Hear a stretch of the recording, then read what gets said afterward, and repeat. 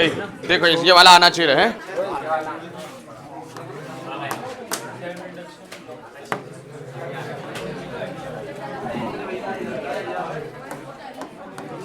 Long solenoid coil है, L लंबाई, कितनी लंबाई? टोटल टर्न एन, तो एन एल, और सिंगल टर्न, इतना समझ में आया? इस कॉइल की लंबाई एल है, इसमें टोटल टर्न कैपिटल एन है, तो टोटल टर्न की वैल्यू होगी small N into L, single N small N होगा कैपिटल एन बाय एल, ठीक है। अब इसके लिए मैग्नेटिक फील्ड क्या की बात करेंगे? Magnetic field linked with coil. अब कॉइल का एक छल्ले के लिए तो B बराबर म्यू जीरो एन आई, म्यू जीरो एन आई, ओके। फिर उसके बाद बात करते हैं मैग्नेटिक फ्लक्स। क्या आएगा? मैग्नेटिक फ्लक्स होता है फाई बराबर, अच्छा सबसे पहले निकालना क्या है? इंडक्शन। क्या निकालना है? तो आप लिखोगे वी नो, क्या लिखोगे? एल बराबर फाई अपॉन आई, एल बराबर फाई अपॉन। तो फिर आप बोलोगे हमको मालूम है फाई होता है एन बी ए, क्या होता है? एन बी ए। तो एन आप क्या, एन तो नंबर ऑफ टर्न, और बी क्या लेके आए हो आप? बी क्या लेके आए हो? म्यू जीरो ये वाला एन दिख रहा है आपको, इसको क्या लिख सकते हो?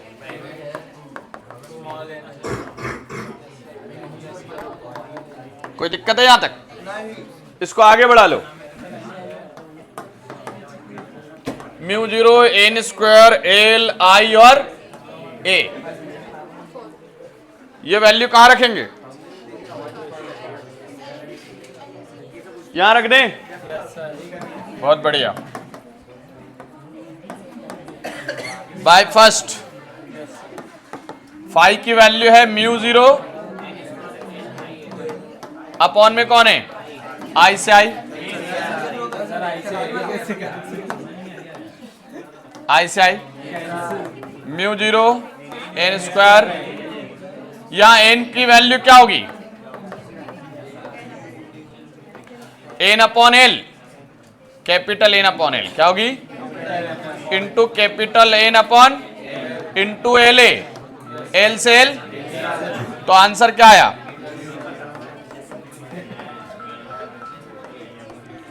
ये है एच क्यों लिखा है? हेनरी के लिए, और डिपेंडेंस नोट्स में लिखा है एल नंबर ऑफ टर्न के स्क्वायर के डायरेक्टली प्रोपोर्शनल, एल कॉइल की लंबाई के इनवर्सली प्रोपोर्शनल, एल एरिया के लिए डायरेक्टली प्रोपोर्शनल। आदिल भाई समझ में आया कि नहीं?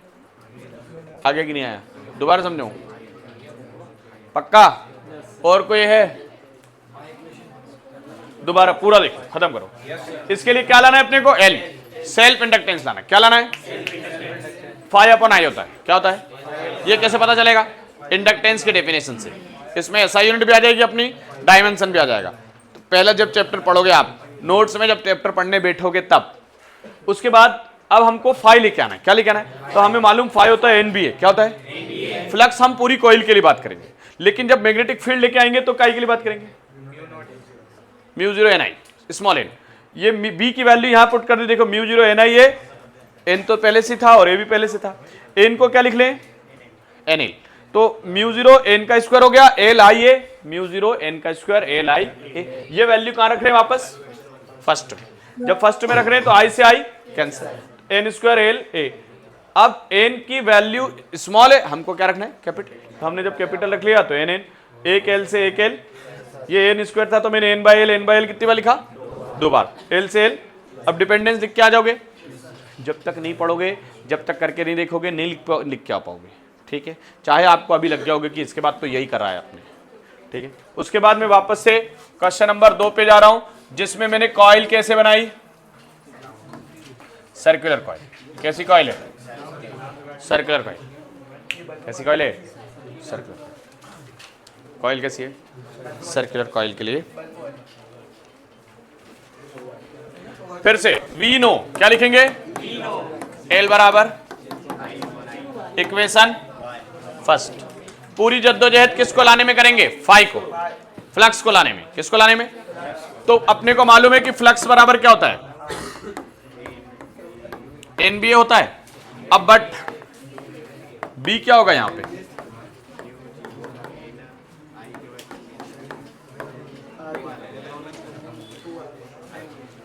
म्यू 0 NI 2R, ये सर्कुलर की बात थी। फिर ये वैल्यू कहां पुट कर रहे हो बोलो? इसमें पुट कर दें? कर देते। ये B है भैया, फाई N तो है ही, B की जगह क्या रखना है बोलो? म्यू 0 NI A अपॉन में 2R अपॉन में है। अब इसको फाई म्यू 0 कैपिटल N का स्क्वायर I A अपॉन में कौन है बोलो? ये वैल्यू कहां रखोगे अब? बाय फर्स्ट, तो L, ये I से I को क्या कर दूंगा मैं? तो क्या बचेगा?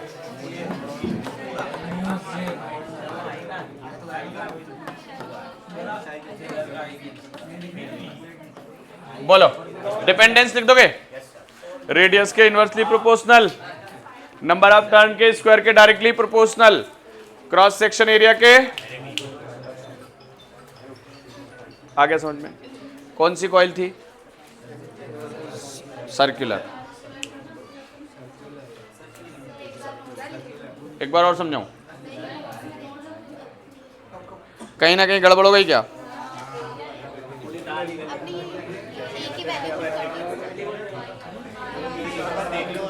ये आ गया। अगर आपको चाहिए ए की वैल्यू रखना है पाई आर स्क्वायर रख के आर को कैंसिल कर देना, एक स्टेप और बढ़ा देना।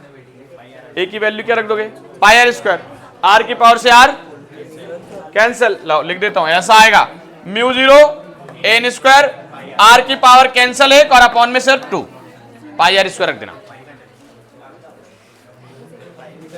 पाई है तो पाई रहेगा, पाई कैंसिल नहीं होगा, पाई आर स्क्वायर है एरिया की वैल्यू। ठीक है, इतना करोगे, एक स्टेप बढ़ा दोगे, नो डाउट इतने में भी काम हो जाएगा। ये लिखा है ना आपने? ठीक है, कौन सी कॉइल थी ये? बढ़े आगे? अरे बढ़े कि नहीं बढ़े? बढ़े ना? समझ आया? नहीं आया? म्यूचुअल, म्यूचुअल फिर से आएगा।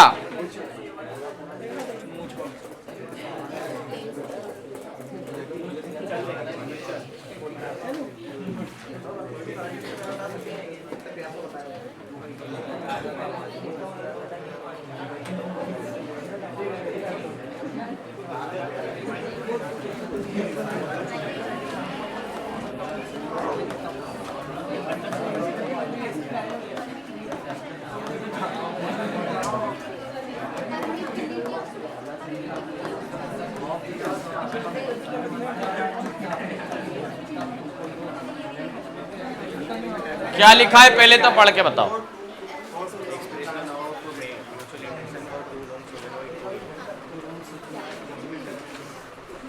देख लेना,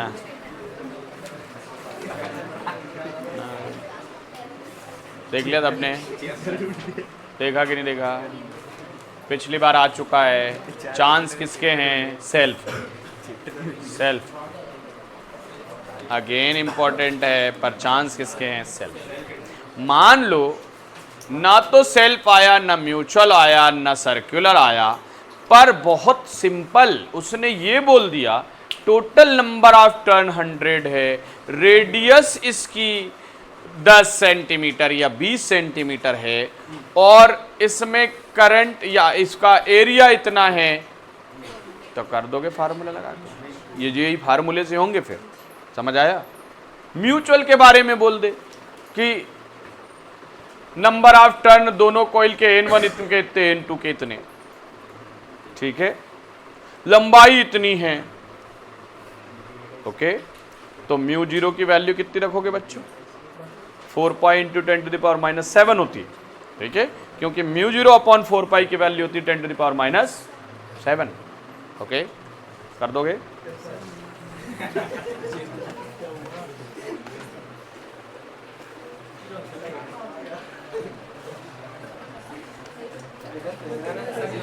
बता रहे थे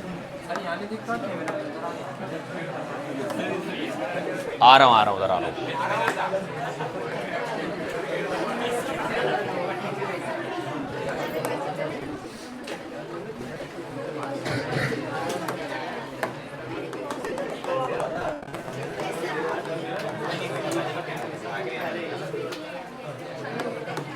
दो कॉइल है S1 और S2, S1 और इसमें करंट दिया गया है I1।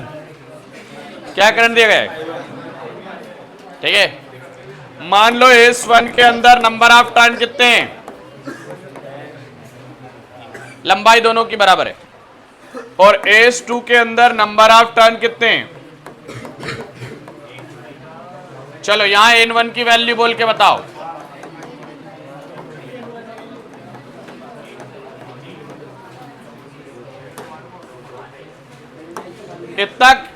इतना कितने लोगों को समझ आया? नंबर ऑफ टर्न फर्स्ट के, नंबर ऑफ टर्न सेकंड के। तो N1 स्मॉल n1 की वैल्यू, स्मॉल n2 की वैल्यू। करंट जब S1 में देंगे तो फ्लक्स जनरेट होगा S2 में। फ्लक्स काय में जनरेट होगा? पर अब यहां पर इंडक्शन होगा सेकंड में, किसके कारण? फर्स्ट के कारण। तो फिर फ्लक्स किस में आ रहा है? सेकंड में, किसके कारण? क्योंकि करंट किस में दिया आपने? एक तो ये फार्मूला पता होना चाहिए। इसका उल्टा लेके चलते हैं, और मान लो आपने करंट किसको दिया? सेकंड को। तो इंडक्शन किस में होगा? किसके कारण? फ्लक्स भी किस में आएगा? फर्स्ट में, सेकंड के। करंट काहे में दिया आपने? सेकंड। ठीक है, आया? मैं एक ही से कराऊंगा लेकिन। तो पहली इक्वेशन बना ली। अब सारी मेहनत में करूंगा किसको लाने में? फ्लक्स को लाने में। सारी मेहनत किसको लाएंगे? फ्लक्स को लेकर आएंगे। किसको लेकर आएंगे? Flux. If I1 current given to S1, then flux linked with coil S1। बताओ अब, करंट S1 में दिया तो फ्लक्स किस में जनरेट होएगा? इंड्यूस होएगा सेकंड। किस में होगा? तो फ्लक्स सेकंड में किसके कारण? तो N2BA होगा। B किस में आएगा? फर्स्ट। तो B की वैल्यू आपको पता ही है। B की वैल्यू क्या है?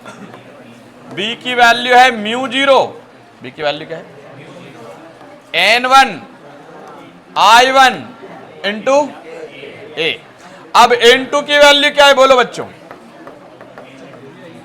N2 mu zero N1 I1 A। इसको अरेंज करेंगे 5 to 1 mu zero N1 N2 L I1 A। देखो ये वैल्यू आ गई। वापस से इतना ही समझ लो, वापस से समझो इसको। इसको वापस से देखो। मेरे को यहां पर म्यूचुअल इंडक्शन पता करना है। अगर मैं करंट पहली कॉइल में दे रहा हूं तो म्यूचुअल कौन सी कॉइल में होगा? पहली कॉइल के करंट के कारण।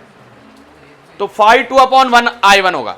इधर देखो बेटा, 5/2/1 I1 करंट I1 में दिया गया। या फिर उल्टा कर दें M12, तो 5/2/I2 करंट I2 में जाएगा। इंडक्शन जो होगा उसको बाद में लिखेंगे। इंडक्शन जिसमें हो रहा है उसको पहले लिखेंगे। म्यूचुअल इंडक्शन किसमें हो रहा है? पहली कॉइल में। करंट किसमें दे रहे हैं? दूसरी कॉइल में, है ना? अपन इसी पे बात कर रहे हैं, इस पे कंफ्यूजन क्रिएट नहीं कर रहे, हटाओ उसको। ठीक है, मैंने बोला अगर मैंने करंट पहली कॉइल को दिया तो फ्लक्स किसमें इंड्यूस हो रहा है? दूसरी कॉइल में। फ्लक्स दूसरी कॉइल का पहली कॉइल के करंट के कारण। तो फ्लक्स NBA होता है। क्या होता है? तो मैंने N2BA लिखा। क्या लिखा? N2B1। क्या लिखा मैंने? B1 लिखा। क्या लिखा? और क्योंकि मैग्नेटिक फील्ड किस में आएगा? जिस कॉइल में करंट देंगे। करंट पहली कॉइल में दे रहे हैं B1। B1 की वैल्यू होती है mu zero N1 I1 A। Magnetic field हम एक टर्न के लिए बात करते हैं। तो यहां पर लेकिन फ्लक्स पूरे टोटल टर्न के लिए। तो N2 को लिखते हैं N2L। क्या लिखते हैं? Mu zero N1 I A। ये जैसा था वैसे ही है। काई की वैल्यू है ये काई की वैल्यू है सॉरी बी की वैल्यू, ए को नहीं लेना है, ए को नहीं लेना है, ये आई की वैल्यू है बी की। ओके, फिर इसको N2 की वैल्यू N2L रखेंगे, इसको अरेंज करेंगे, कर दिया। अब इसको कहां रखेंगे? फर्स्ट में, तो रख देते हैं।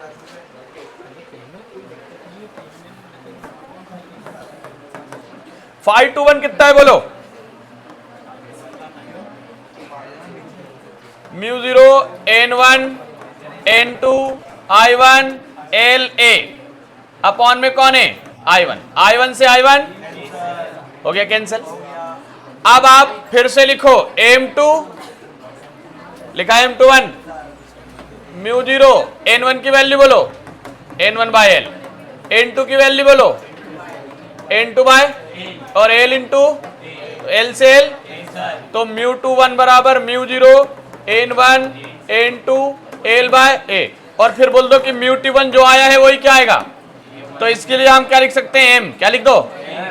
तो म्यू 0 N1 N2 हेनरी, और डिपेंडेंस लिख दोगे, दोनों के नंबर ऑफ टर्न के डायरेक्टली प्रोपोर्शनल, लंबाई के इनवर्सली प्रोपोर्शनल, एरिया के डायरेक्टली हो गया। रुकें, कॉम्बिनेशन पढ़ा रहा हूं, सिंपल कॉम्बिनेशन ऑफ इंडक्टेंस।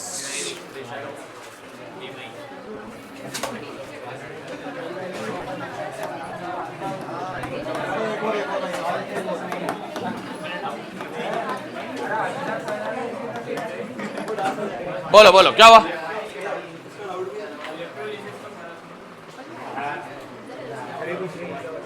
अरे भैया इलेक्ट्रोलिसिस केमिस्ट्री में, तो केमिस्ट्री मत पढ़ने लग जाना महाराज।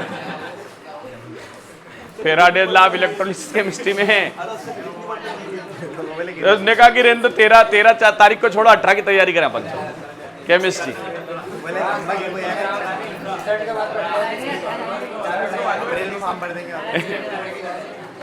यहाँ पे फेराडेज लॉ इलेक्ट्रोमैग्नेटिक इंडक्शन है इस चैप्टर में, तो तू इलेक्ट्रोलिसिस क्यों बोल रहा है? अरे तो अभी से क्यों कर लिया जब एग्जाम?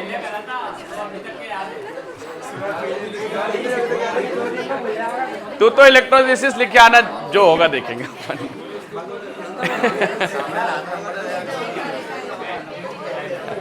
चलिए ठीक है, सीरीज कॉम्बिनेशन।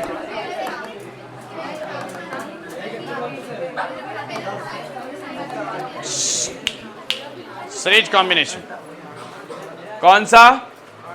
सीरीज कॉम्बिनेशन किसको जोड़ रहे हैं?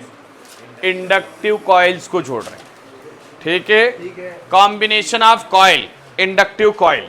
ये पहली कॉइल ऐसे जोड़ी, दूसरी कॉइल ऐसे जोड़ी, यहां से करंट दे रही, करंट सेम होगा करंट, इसके लिए फ्लक्स φ1, इसके लिए फ्लक्स, सॉरी गलत हो गया,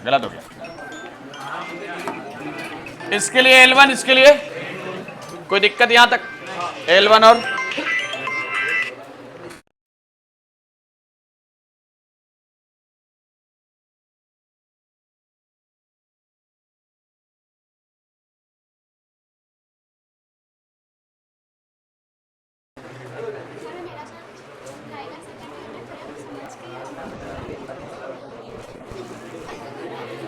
हाँ चलिए, हो गया भैया, ये कोई दिक्कत है इसमें? इस केस में फ्लक्स चेंजेबल होगा, फ्लक्स भी क्या होगा?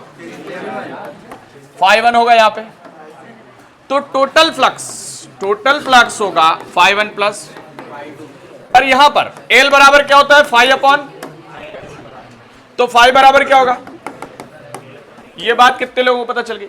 L बराबर φ अपॉन आई होता है, अपन ने पहले पढ़ा, तो φ बराबर L इंटू आई, φ बराबर L इंटू आई। इसकी वैल्यू Li होती है, तो इसकी वैल्यू L1 आई होगी, क्या होगी? और इसकी वैल्यू देखो, I कॉमन होगा ना, सीरीज में I क्या होता है? कॉमन, तो L1 I1 I कॉमन आ जाएगा, तो L बराबर L1 प्लस L2 होगा कि नहीं होगा? अरे होगा ना। और अगर इसके ऊपर न्यूमेरिकल बन के आ गया, मान लो कि 4 कॉइल हैं जिनका इंडक्टेंस 2, 3 और 5 है, 2, 3, 5, 6 कितना है? तो टोटल इंडक्टेंस कितना होगा? 11 और 5 16। अरे जोड़ लोगे डायरेक्ट, हेनरी। और अब इसमें इंडक्टेंस की यूनिट क्या है? हेनरी। फिर मिली हेनरी नहीं मिली किसी को भी, माइक्रो हेनरी। अरे मिली हेनरी यूनिट है। वो सोच में पड़ गया, अरे यार क्या बोले, सर ने क्या पूछा? अरे यूनिट है। मिली हेनरी कितना होता है? 10⁻³ और माइक्रो क्या होता है? एक बार कंफर्म करना, ठीक है, नोट्स में पढ़ लेना। ओके, आगे बढ़ते हैं। पैरेलल कॉम्बिनेशन, कौन सा कॉम्बिनेशन?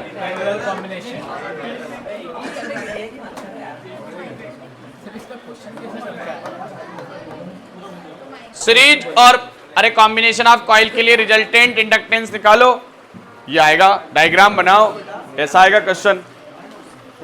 अक्सर ऐसा होता है, मतलब पता होता है क्या है, लेकिन क्वेश्चन की वजह से कर नहीं पाते। यार बहुत बड़ा ज्ञान नहीं निकला रे, तू तो बड़ा देव मानुस निकला रे।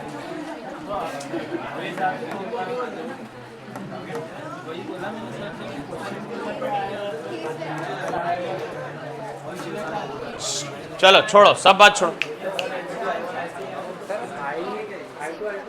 पैरेलल जोड़ेंगे तो करंट चेंजेबल होगा। एक करंट दो पार्ट में बटेगा क्योंकि दो कॉइल हैं। एक कॉइल में, पहली कॉइल में करंट I1, दूसरी कॉइल में करंट, अरे I1 लिखा है ना, I1 I2 लिखा है। अरे यार I2 दिख जाता है यार। चलिए ठीक है, तो अब इस केस में टोटल चार्ज, टोटल करंट क्या बोलेंगे?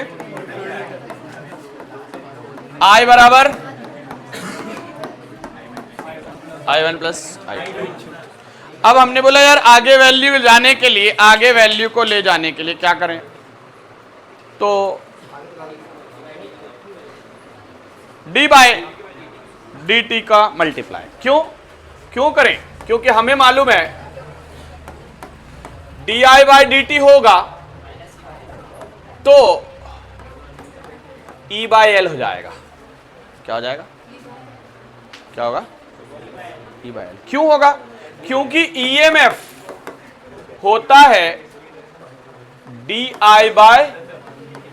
और कांस्टेंट होता है L। कांस्टेंट कौन होता है? L।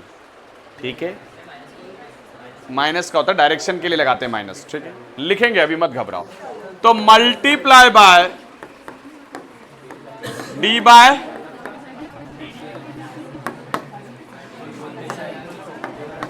तो यहां भी और किसका मल्टीप्लाई हो रहा है?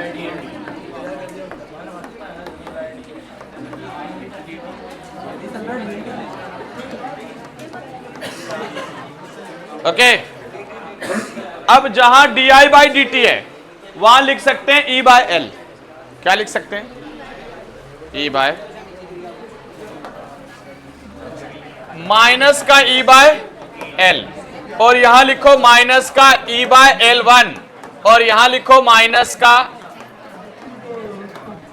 Minus E/L। यहां से माइनस ई क्या ले लो? तो 1/L1, और यहां भी 1/, माइनस और E1 को मार लो,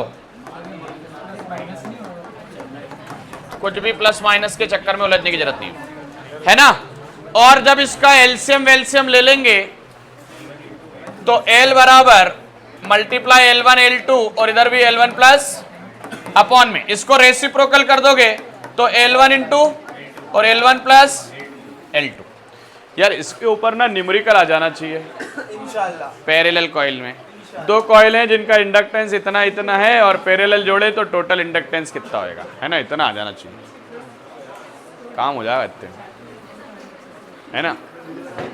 चलो सेल्फ और उसमें, हाँ क्या 3-4 नंबर में आना चाहिए एमपी बोर्ड के हिसाब से। चलो, energy stored in coil,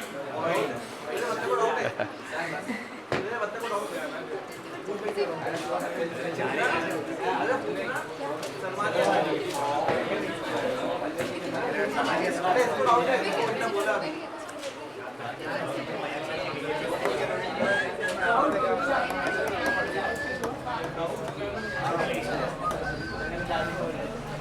question है, एक किसी कॉइल के लिए एनर्जी स्टोर्ड क्या होगा जबकि उसका इंडक्टेंस 100 हेनरी और करंट 10 एम्पियर दे रहे, सॉरी 8 एम्पियर दे रहे, कितना दे रहे?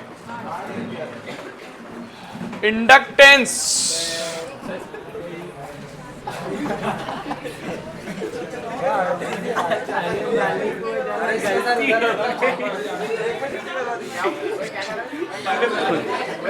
पूरी पिक्चर ही खत्म कर, 19-20 पेज की मेहनत पूरी पानी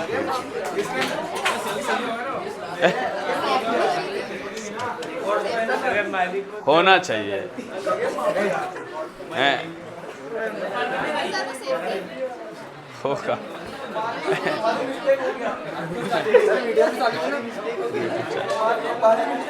ये पूरी कॉमेडी वीडियो में आ रही है?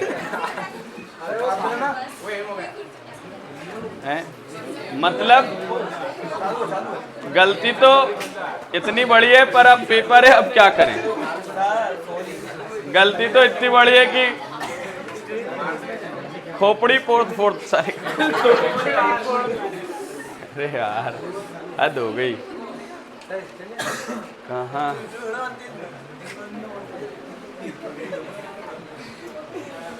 आज तारीख कितनी है?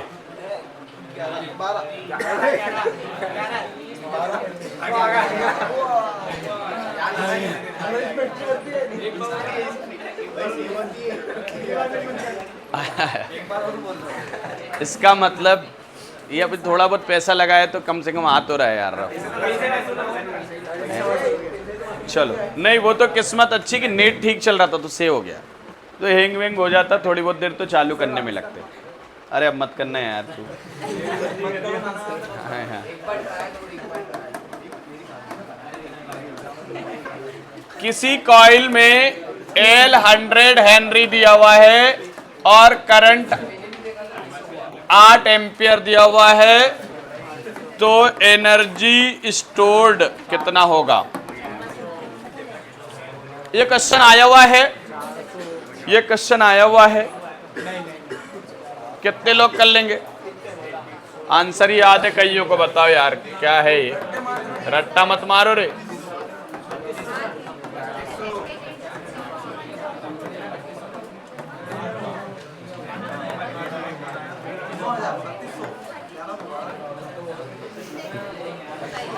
वो जो क्वेश्चन आया था उसका आंसर 400 आ रहा था, सब 400 बोल रहे। सोच समझ, स्क्वायर पे ध्यान, क्योंकि वहां करंट 2 एम्पियर है शायद, है ना? करंट 2 या 4 एम्पियर है शायद वहां। अरे आ गया आंसर, वहां 4 एम्पियर है और ये 50 है, इसलिए 400 आ रहा होगा। अरे आया नहीं आया तो क्यों, मतलब फार्मूले में तो क्यों नहीं? हो गया। अब मैंने आपको वापस से रिपीट कर रहा हूं, मेहरबानी करें। इलेक्ट्रोमैग्नेटिक वेव वाले चैप्टर से लेकर सेमीकंडक्टर और जो आपके लिए इजी गोइंग है, आज टारगेट बना लें कि पढ़ेंगे ही पढ़ेंगे। जोश में जाएं, जब बिल्कुल जोश में, सिस्टम फाड़ देंगे। स्टॉप करो।